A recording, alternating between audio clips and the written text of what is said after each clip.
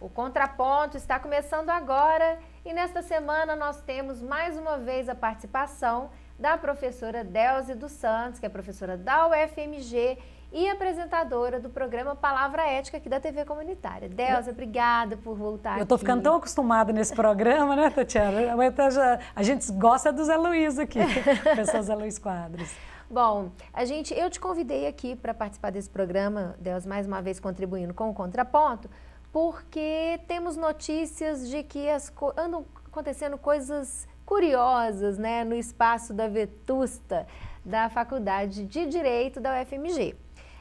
A imprensa tem noticiado alguns conflitos que têm ocorrido lá no espaço da Faculdade de Direito. Eu falo aqui a Faculdade de Direito porque o campus da UFMG, que fica na Pampulha, né, tem separadamente alguns cursos que ficam deslocados, como é o caso do curso de Direito, que se localiza no centro da cidade, na Avenida João Pinheiro.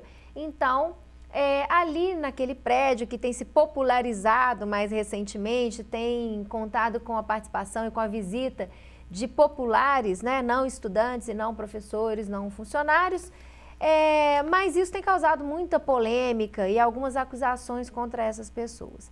Eu queria saber de você, Delze, que confusão é essa?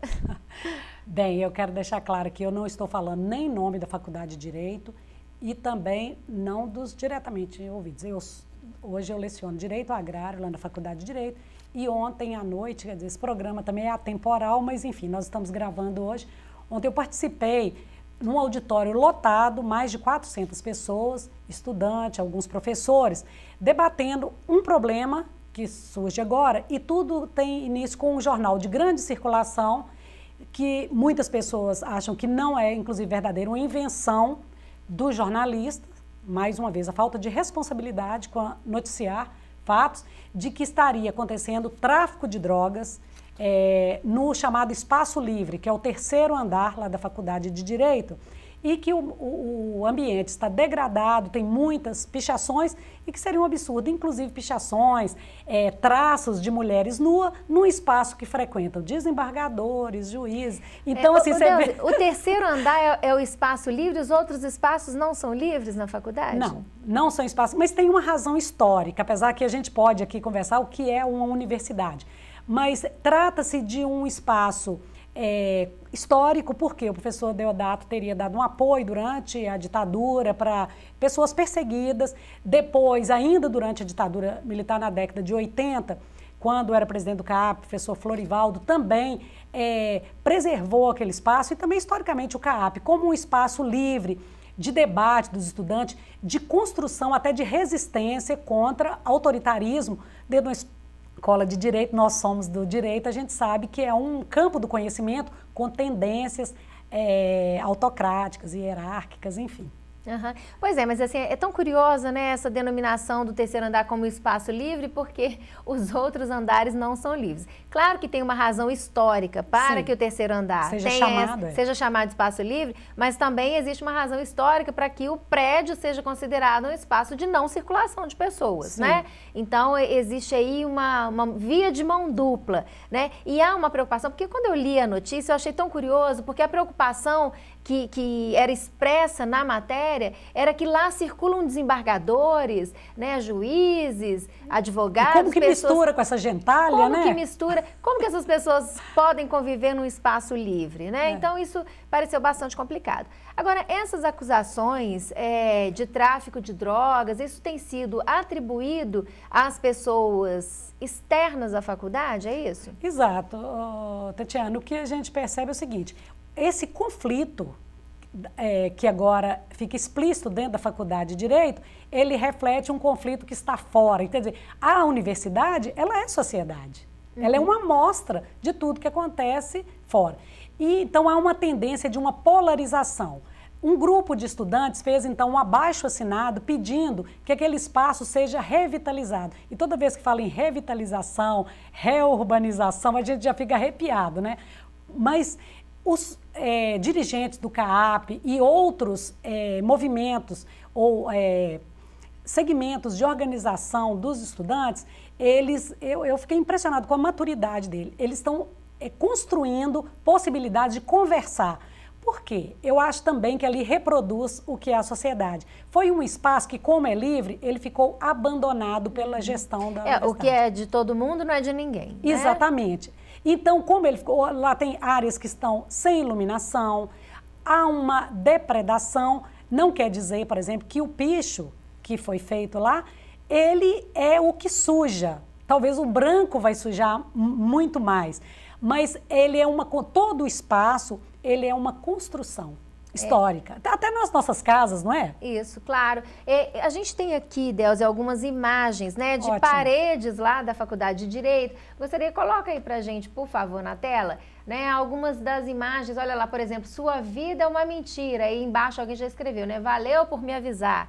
Temos outras, pode colocar mais alguma aí. Mais amor, menos recalque na Vetusta. Né? Tem ali um M. Muito doido, muito né? doido, é. Mas vamos colocar mais uma agora? Olha lá, mais uma inscrição nas paredes. Ô, Tatiana, eu só sugeri voltar ali, você vê que tem menos alguma coisa e mais sexo. Que volta ali. Menos, tipo, mimimi lá, né? E mais sexo. É verdade, tem um menos mimimi ali, mais sexo. Até porque uma coisa repercute na outra, né? Exatamente. Eu acho que há uma tendência, nós fomos castrados, né?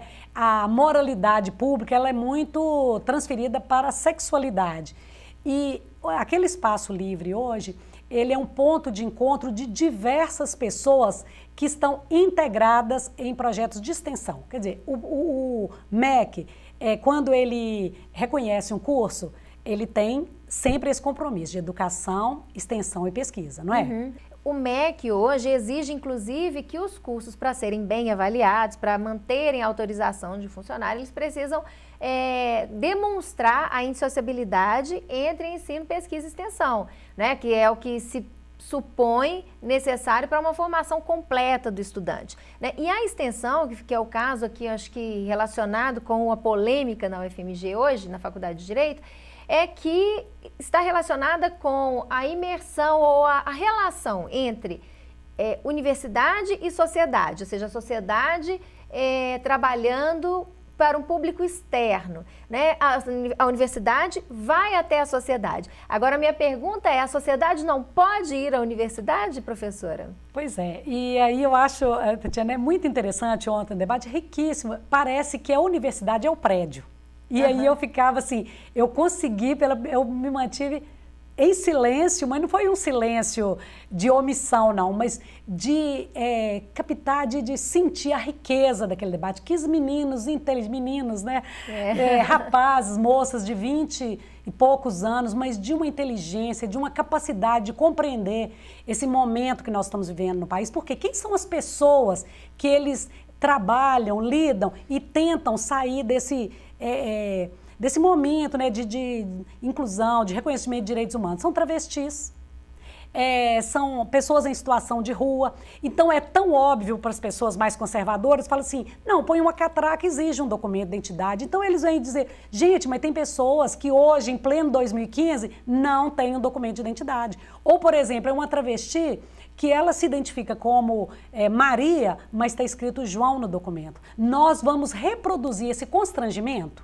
Quer dizer, na medida em que eu estou falando que eu estou acolhendo, eu estou dando condições para essa pessoa de lidar com toda a exclusão, se eu reforço essa exclusão, eu estou fazendo realmente um trabalho de extensão?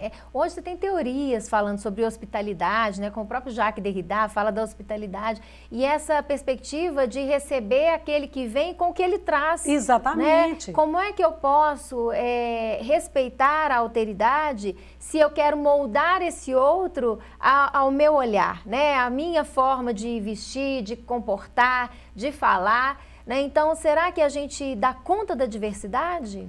Exatamente, assim, tem, Tatiana, mas o que eu estou achando assim, mais fantástico, porque todas essas crises, elas são férteis em oportunidades, né?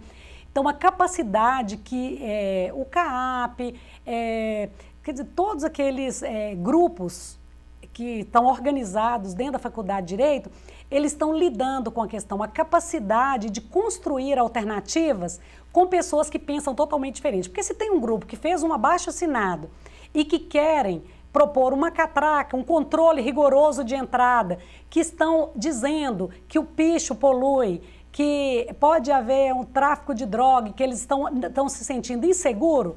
De outro lado, tem os outros que já têm uma caminhada de aproximação com os excluídos, mas estão compreendendo que existem pessoas que estão lá atrás. Então, é um desafio para nós também, que somos professores universitários, que temos esse compromisso aqui, de compreender como lidar com o outro que pensa totalmente diferente de mim. É porque o desafio desse grupo de alunos, por exemplo, que está acostumado a lidar com grupos marginalizados, com minorias, com grupos vulneráveis, qualquer denominação, né, de um grupo que precisa dessa aproximação com a universidade, eles também têm que ter a maturidade de saber que este outro que resiste também precisa ser ouvido e precisa ser compreendido. Então, isso é realmente desafiador e muito rico. Né? Ô, Delzi, sem querer te interromper, se você tem liberdade para poder voltar nessa questão, mas você, no começo aqui do programa, usou a palavra revitalização. Sim. Né? Eu quero voltar nesse ponto porque você disse assim que a revitalização causa arrepio. Eu queria que você falasse um pouco para o nosso telespectador, né, de que arrepio é que a gente está falando, porque qual é o limite entre revitalização e higienização? Né? E que higiene é essa? Porque a gente não está falando de lavar a parede, de pintar a parede, de tirar a pichação. Que higiene é essa que é tão perigosa, tão de arrepiar? Pois é, Tatiana, ontem eu percebi durante essa assembleia lá, o tempo inteiro as pessoas tremiam quando falavam em higienização. E realmente todos os registros históricos de revitalização em centros urbanos que foram abandonados pelas elites, reurbanização, revitalização, e eu li um artigo assim, todos os réis a gente tem que tomar cuidado. Por quê? Quando dizem, alguém que vem de cima para baixo, dizendo que aquele espaço está degradado e é preciso que ele seja revitalizado, acaba sendo imposta uma forma ou então uma supervalorização do espaço ou uma asepsia, de forma que aquelas pessoas que usavam aquele espaço, elas são eliminadas do espaço. Eu vi isso muito claro, por exemplo, em Belém. A Estação das Docas. Era um espaço degradado. O que aconteceu? Ela foi revitalizada, mas virou um verdadeiro shopping center. Então, aquelas comidas tradicionais não podem ser mais comercializadas. O que aconteceu, por exemplo, aqui durante a Copa com o feijão tropeiro do Mineirão? Então, ao revitalizar, você traz as empresas multinacionais que comercializam a comida, são as cervejas de marca, e uma cerveja passa a custar R$12, então aquelas pessoas de baixa renda que frequentavam o espaço não podem mais. Então eu fico pensando também, se o espaço livre, ele passa por essa asepsia, quem vai frequentar? Mas, ao mesmo tempo, eu percebo que os estudantes que têm esse compromisso com os direitos humanos, eles querem também que pessoas que frequentavam aquele espaço voltem a frequentar. Delzi, eu acho muito curioso, porque quando você compara com uma revitalização de centro da cidade, geralmente o que acontece é um embelezamento. Sim.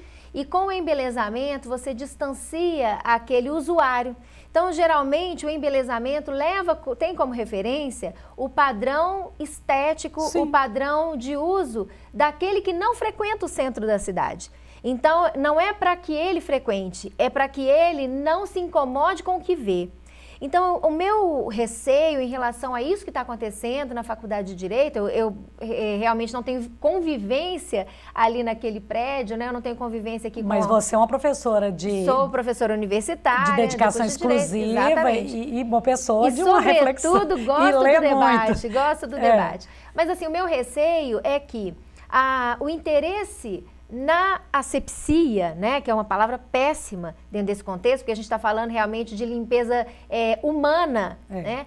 A minha preocupação falseada de uma limpeza estética, né? Exato. Né? Ela tem como referência o padrão daquele que não se identifica ou não quer se identificar com o que vê, mas ele não é um frequentador e não vai se tornar um frequentador. Então, essa mudança, essa revitalização é para quem? Se ela não é para o usuário, né? Ou o usuário foi ouvido? Quem usa aquele espaço vai ser consultado sobre o que quer daquele espaço e como aquele espaço pode melhorar para o seu próprio uso. Né? E será que as pessoas também que ou podem decidir ou que estão incomodadas, ele reconhece naquele que vem até aquele espaço trazer uma contribuição para uma construção de uma sociedade mais justa? Ou ele é visto como um coitado, alguém que precisa ser ajudado? Será que aquela travesti, se aquela pessoa em situação de rua, ele não contribui em nada para a minha reflexão sobre a sociedade? Eu, desembargador, eu, professor, doutor,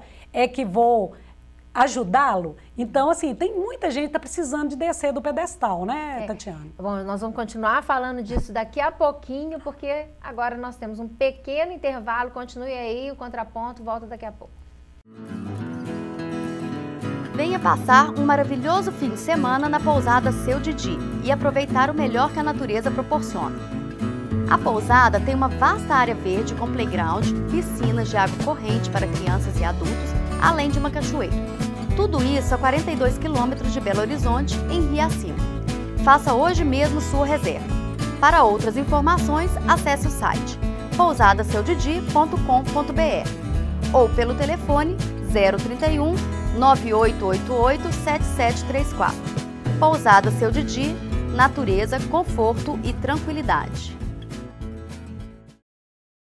Nesta casa, todo mundo tem TV por assinatura. Mas quem decide mesmo o que as crianças podem assistir são os pais. Na TV por assinatura não há restrição de horário para exibição de programas.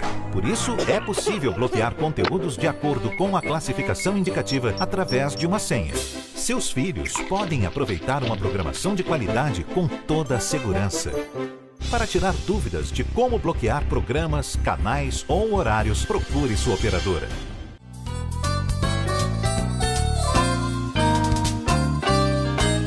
O Contraponto está de volta. No programa desta semana nós estamos falando sobre uma polêmica em torno da Faculdade de Direito da UFMG em relação ao uso do espaço da universidade. E a gente comentava aqui no primeiro bloco várias questões, né, sobre os usuários, sobre um público externo que tem frequentado a faculdade. Isso tem dividido opiniões entre estudantes, professores e frequentadores. E, Deus, eu queria voltar aqui na questão desse grupo que tem usado o espaço ali da universidade, que decorre um pouco de um acolhimento, talvez, dos projetos da própria faculdade, né? Você acha que a restrição do acesso dessas pessoas à faculdade pode prejudicar, inclusive, o desenvolvimento, né, acadêmico? Professora Tatiana, você me conhece. Quem fez a minha escola, a minha cabeça na universidade é um professor José Luiz Quadros, é uma professora Miraci. Então, pessoas que compreendem que para aprender a gente tem que respeitar, e somos Paulo Freire, né? Aquele que a gente está achando que está ensinando, a gente está aprendendo com ele. Olha que interessante, a Faculdade de Direito da UFMG está na Praça Afonso Arinos. A Praça Afonso Arinos é um espaço de resistência em Belo Horizonte e está cheio de pessoas em situação de rua. E existe muito preconceito. Por exemplo, reclamam que essas pessoas em situação de rua, que se tornaram amigos de estudantes de direito que estão tentando compreender e apoiar essas pessoas que estão em situação de rua, quando essas pessoas entram na universidade, elas usam o banheiro e que deixa até o vaso sem dar descarga. Não é verdade. Eu vi ontem professores dizendo que às vezes entra no banheiro da sala dos professores e alguém esqueceu de dar a descarga. Aliás, esse problema de banheiro é um problema generalizado, né? Banheiro feminino, eu posso falar isso porque é uma questão que me incomoda, e quem me conhece sabe que eu sempre me refiro a isso.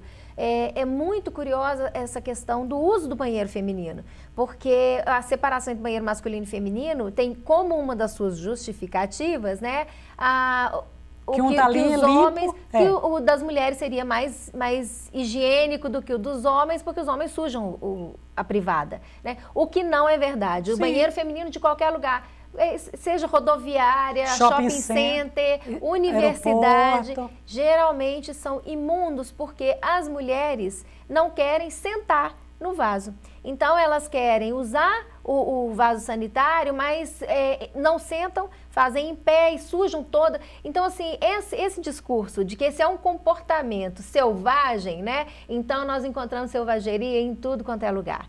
E é muito interessante essa questão do banheiro, do uso da privada, porque o que será que faz com que uma mulher ache que ela não pode se sentar numa privada, né, onde outra mulher sentou? Quem que é esse outro que causa tanta repulsa, causa tanto medo, né? O que uma mulher tem de tão especial, um homem que seja, o que a pessoa tem de tão especial que ela não pode ter contato, né? Com um espaço que foi utilizado por outra pessoa. Que medo do outro é esse, professora? Exatamente. Então, Tatiana, você coloca muito bem. Esse é o cerne da questão. Então, a aparência, a casca é a questão do tráfico de drogas, é o picho, o espaço que está sujo. Então, eu não venho aqui que eu tenho medo. Eu tenho medo de picho. Você anda o mundo inteiro. As cidades são pichadas. As universidades, gente, a universidade é um espaço... A Universidade de Buenos Aires, por exemplo, tem praticamente uma inscrição, ela é um livro, né? As paredes são todas inscritas com dizeres de resistência, com uma manifestação que, inclusive, é uma forma de identidade dos estudantes. Né? Você me perguntou a respeito da vida acadêmica. Eu tive a oportunidade, por exemplo, de ir na Universidade de Heidelberg, na Alemanha. Eu fiquei impressionado como que o público externo entra na universidade para conhecer. Quer dizer, qual é o papel da universidade, principalmente uma universidade pública? É um centro de referência de pensamento, mas para a sociedade. E jamais, qual o valor de um conhecimento feito dentro de parede, enclausurado em parede? Você foi no ponto agora. Né? Não há nenhum constrangimento, porque o público que entra na Universidade de Heidelberg é o público alemão. O público que entra na Universidade Federal de Minas Gerais é o público mineiro. Será que o problema não é quem é esse mineiro? Né? Será que o problema não é essa sociedade que os estudantes estão imaginando que ela está lá fora e a gente não quer ver? Porque eu tenho certeza que se entrassem alemães lá na faculdade, não haveria nenhum problema. Né? Com certeza. Mas será que o problema não é a gente conviver com a nossa própria realidade? Exatamente. No meu entendimento, assim, puro preconceito. Mas o que me surpreendeu positivamente é a maturidade das pessoas, principalmente dos estudantes. Eu não sei como que o colegiado, chama congregação, né? Depois vai ser levado, inclusive, ao conhecimento da direção da Faculdade de Direito e depois à reitoria. Mas como foi conduzido ontem, quer dizer, da necessidade de uma abertura, de um diálogo muito franco. Primeiro, o que é uma universidade? O que é uma universidade pública? Porque se também ceder a forma com essa insegurança, esse medo, será que nós estaríamos transformando uma universidade federal numa escola privada? Eu já dei aula em escola que tem roleta para cercar os estudantes. Qual é o valor de uma biblioteca, por exemplo, de uma faculdade de Direito, no centro de Belo Horizonte? Olha quantos grupos excluídos, sem teto, as pessoas oprimidas, vítimas de toda forma de violência, de ter no centro de Belo Horizonte uma oportunidade de adentrar num território desse para conversar com pessoas que estão lá exatamente no topo da intelectualidade, sabe, Tatiana, da riqueza disso aí. Então, eu acho que no CERN é isso. Afinal, o que é uma universidade pública? Eu, assim, insisto que acho que o que incomoda mais as pessoas é deparar com o outro com quem eu não quero me identificar. Né? Então, as pessoas, elas vivem protegidas dentro dos seus automóveis, com seu vidro fumê, né, dentro do shopping center. E por que na universidade eu vou ter que, então, encarar aquele que eu consigo evitar no sinal de trânsito, aquele que eu consigo evitar na hora de fazer compra, porque eu vou no lugar onde faço compra e ele não consegue entrar. Mas evitou muito tempo, né, Tatiana? O que acontecia é o seguinte, até bem pouco tempo nesse país, quem tinha acesso à universidade? Eram pessoas, uma elite branca. Ontem, quando alguém falou na tal da elite branca e proprietária, então começaram a vaiar, não é isso, vocês querem... comoção.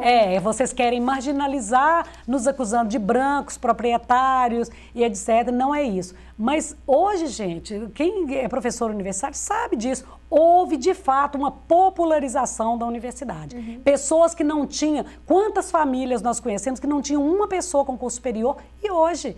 Está acontecendo. Então, as pessoas mais conservadoras não se dão conta disso e não aceitam, não toleram mesmo.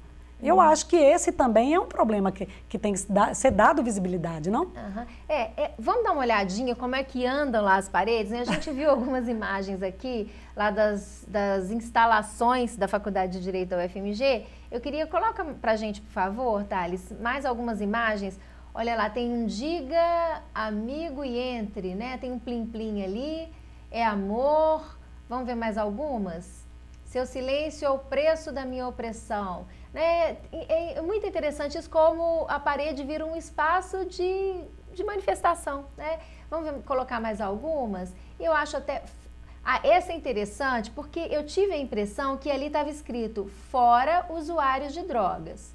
E alguém ali parece que forjou, transformou o A do fora em um R, virou forró para usuários de droga. Ou seja, gente, essa capacidade, né, de transformação de novos usos é muito curiosa. Vamos ver mais alguma? Tem aí mais uma.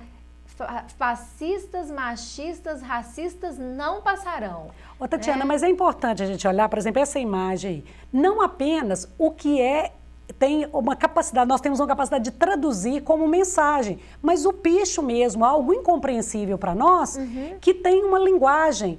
Eu fico impressionado quando a gente vai conviver na periferia, vai para a periferia, a capacidade que tem as pessoas, os jovens principalmente, de compreender o picho, de compreender, por exemplo, a música de periferia, é uma coisa que para a gente não faz sentido, mas para eles tem todo sentido, né?